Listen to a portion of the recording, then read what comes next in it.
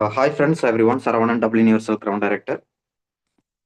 இப்போ இந்த mega Q&A ட்ரைனிங்ல நிறைய பேர் கொஸ்டின்ஸ் கேட்டுட்டு இருக்கிறீங்க. நான் இங்கே வந்து ஒரே ஒரு கேட்டகரியை பற்றி மட்டும் பேசிக்கிறேன். வெஸ்டேஜில் வந்து அக்ரி அப்படின்னு சொல்லிட்டு ஒரு கேட்டகரியில் வெஸ்டேஜ் அக்ரி ஃபெர்டிலைசர்லாம் வந்து வெஸ்டேஜ் கம்பெனி வந்து கொடுக்குறாங்க. எல்லாமே நேச்சுரல் இயற்கை முறையால் வந்து தயாரித்த ஃபெர்டிலைசர் வந்து வெஸ்டேஜ் கம்பெனி கொடுக்குறாங்க. ஏன்னா வெஸ்டேஜில் வந்து நிறைய கேட்டகரியில் ப்ராடக்ட் இருக்குது. ஹெல்த் சப்ளிமெண்ட்டு, ஹோம் கேரு, டென்டல் கேர், அந்த மாதிரி வந்து நிறையா வந்து ப்ராடக்ட்ஸ் கேட்டகரியில் வந்து அக்ரி அப்படின்னு சொல்லிட்டு ஒரு கேட்டகரியிலையும் அக்ரி விவசாயத்துக்கு பயன்படுத்தக்கூடிய உரங்கள் வந்து கொடுக்குறாங்க. உங்க எல்லாருக்குமே தெரியும்.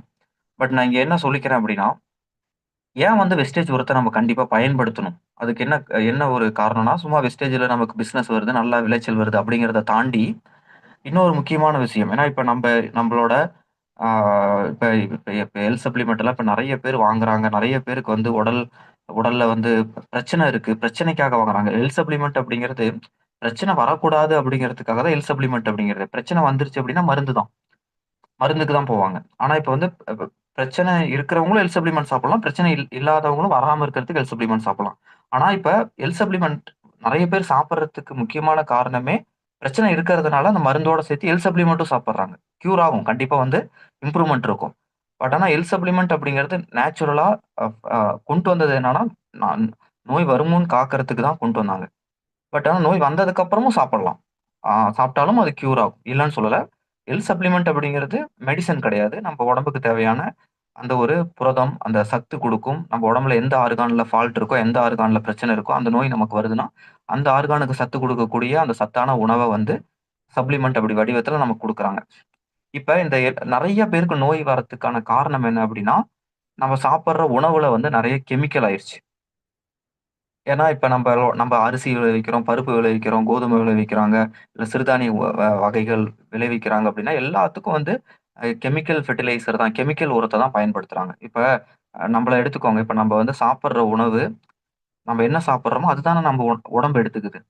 எக்ஸாம்பிள் வந்து இப்ப பீட்ரூட் சாப்பிட்டோம் அப்படின்னா, பீட்ரூட் சாப்பிட்டதுக்கு அப்புறம் நம்ம யூரின் போம்போது, மோஷன்ல வந்து அந்த கலர் வந்து அங்க வரும்.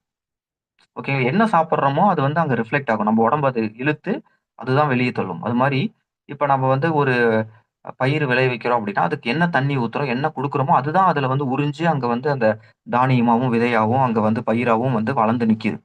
அப்ப அந்த நம்ம குடுக்கக்கூடிய அந்த இது வந்து கெமிக்கலா இருந்ததுன்னா, அதுல விளைஞ்சு வரக்கூடிய ஒவ்வொரு நெற்பயிரும், மணியுமே வந்து கெமிக்கல் தான் உள்ள இருக்கும்.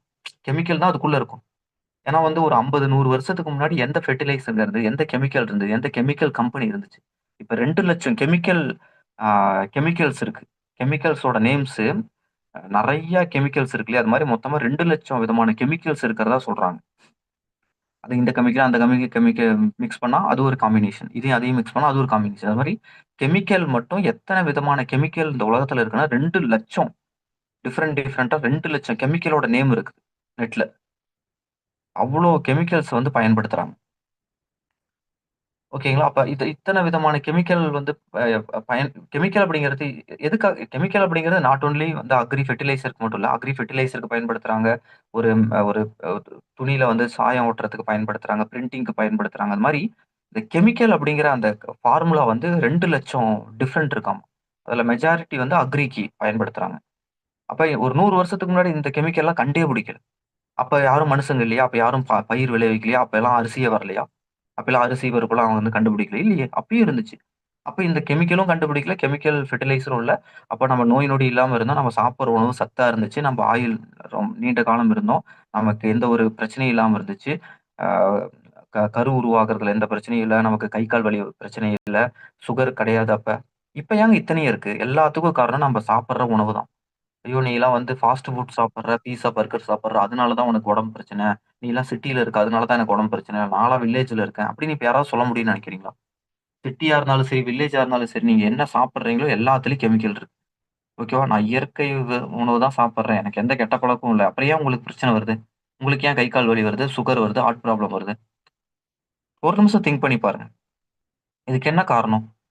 இது எல்லாத்துக்கும் காரணம் இயற்கை அ விவசாயத்த நம்ம புறந்தள்ளிட்டு, நம்ம வந்து ஈல்டுக்காக, மகசூலுக்காக செயற்கை விவசாயத்த ஒருத்தர் நிலத்துல கொட்டி, கொட்டி, கொட்டி, கொட்டி அ பயிர்கள், விளைச்சல் எல்லாத்தையும் நம்ம வந்து அ வந்து என்ன சொல்றதுன்னா, அந்த கெமிக்கல் ஆக்கி வச்சிருக்கோம். இப்ப இத மாத்தணுங்க. ஓகேவா? இது வந்து இப்ப கவர்மெண்ட்டே வந்து இதுக்குள்ள வந்துட்டாங்க.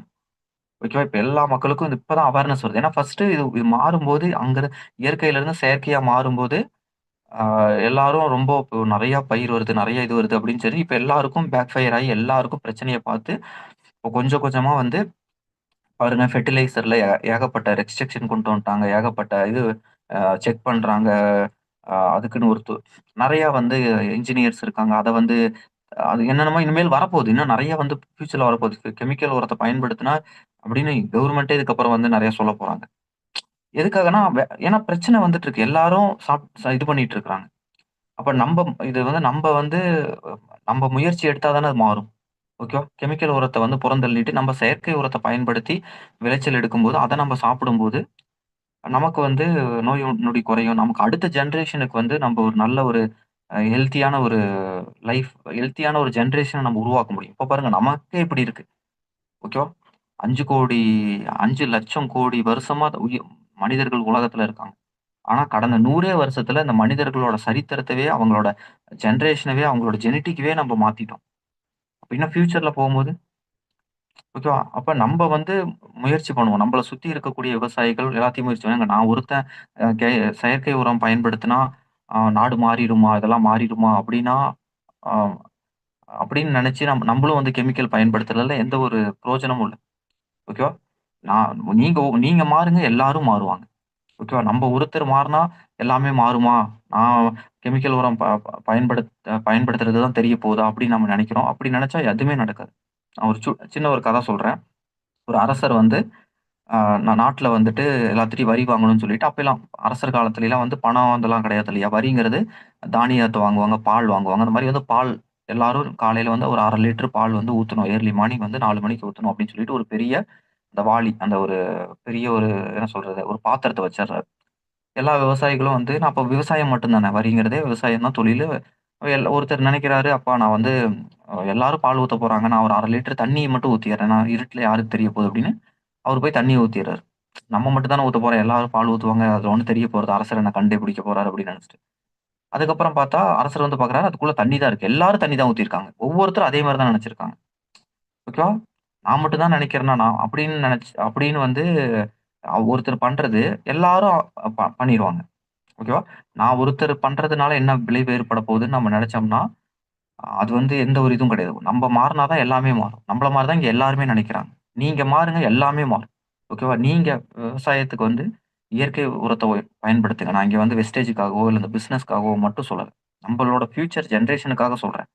இயற்கைய பாதுகாக்கணுங்கிறதுக்காக சொல்றேன். வெஸ்டேஜ்ல வந்து 100% வந்து இயற்கை உரம் தான். 1 பாயிண்ட் நம்பர் 1. அதே மாரி பாயிண்ட் நம்பர் 2 வந்து ஓகே இது வந்து கொஞ்சம் விலை அதிகமா இருக்கு. குவான்டிட்டியும் கம்மியா இருக்க மாரி இருக்கு. கெமிக்கல் உரம்னா மூட்டை மூட்டையா தராங்க. அதே மாரி விலையும் கம்மி. பட் இது விலையும் அதிகமா இருக்கே அப்படின்னு ஒரு சிலர் யோசிப்பாங்க. இப்ப நீங்க கெமிக்கல் உரத்த பயன்படுத்தி எக்ஸாம்பிளுக்கு ஒரு ரூ. 50,000 நீங்க வந்து ஈல்டு பார்க்குறீங்க. வித்தீங்கன்னா ஒரு ரூ. 50,000 கிடைக்குது அப்படின்னா, வெஸ்டேஜோட நீங்க வந்து உரத்த வாங்கி பயன்படுத்துறீங்க. உங்களுக்கு வந்து உரத்துல வந்து அங்க வாங்குறதுக்கு பதிலா இங்க வாங்குனீங்கன்னா ஒரு 2,000, ரூ. 5,000 அதிகமாகுது. வாங்கி பயன்படுத்துனதுக்கு அப்புறம் ஈல்டு வந்து பார்த்தீங்கன்னா, உங்களுக்கு அதிகமா வரும். அங்க 50,000க்கு வித்தது இங்க 75,000க்கு விக்கலாம். ரூ. 1,00,000 கூட விக்கலாம். அப்ப இங்க உரத்துக்கு சேர்த்தி போடுற காச விட 4 மடங்கு, 5 மடங்கு வந்து ஈல்டுல சேர்த்தி உங்களுக்கு வரப்போகுது. காசு இங்க செலவு பண்றோமேன்னு மட்டும் பார்க்குறீங்களா? அங்க அங்க விளைவும் வருது. ஓகேவா? அதுவும் வருது. ஹெல்த்தியான ஃபுட்டு. ஓகேவா?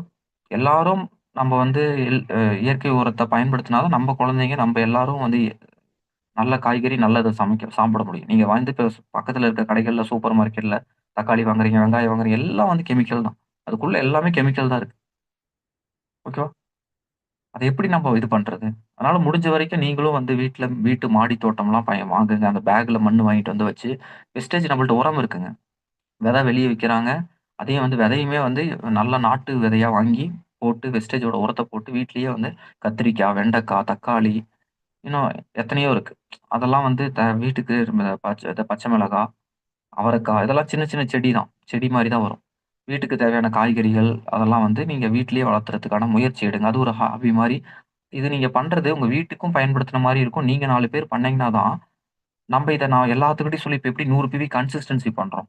அது மாரி நீங்களும் வந்து உங்க டீம்ல அப்ப நான் பண்ணிட்டு இருக்கிறேன். நீங்களும் பண்ணுங்கன்னா, அதையும் அப்படியே ஸ்ப்ரெட் பண்ணலாம். அது வந்து குடும்பத்துக்கும் நல்லது. நாட்டுக்கும் நல்லது, வெஸ்டேஜுக்கும் நல்லது. நமக்கு பிசினஸும் வரும். எல்லாரும் அத பார்த்து பண்ணுவாங்க. எல்லாமே வந்து நம்ம ஒருத்தர் பண்ணும்போது தான் இன்னொருத்தர் பண்ண முடியும். ஓகேவா? அதெல்லாம் பண்றதுக்கு ஒரு சிலருக்கு ஹாபி மாரி இன்ட்ரெஸ்ட் இருக்கும். நல்லா அதெல்லாம் பண்றவங்க அதெல்லாம் ப்ரமோட் பண்ணுங்க. குரூப்ல ப்ரமோட் பண்ணுங்க. மீட்டிங்ல சொல்லுங்க. ஃபோட்டோ எடுத்து குரூப்ல போடுங்க. அதெல்லாம் நெறைய பேரால முடியும்.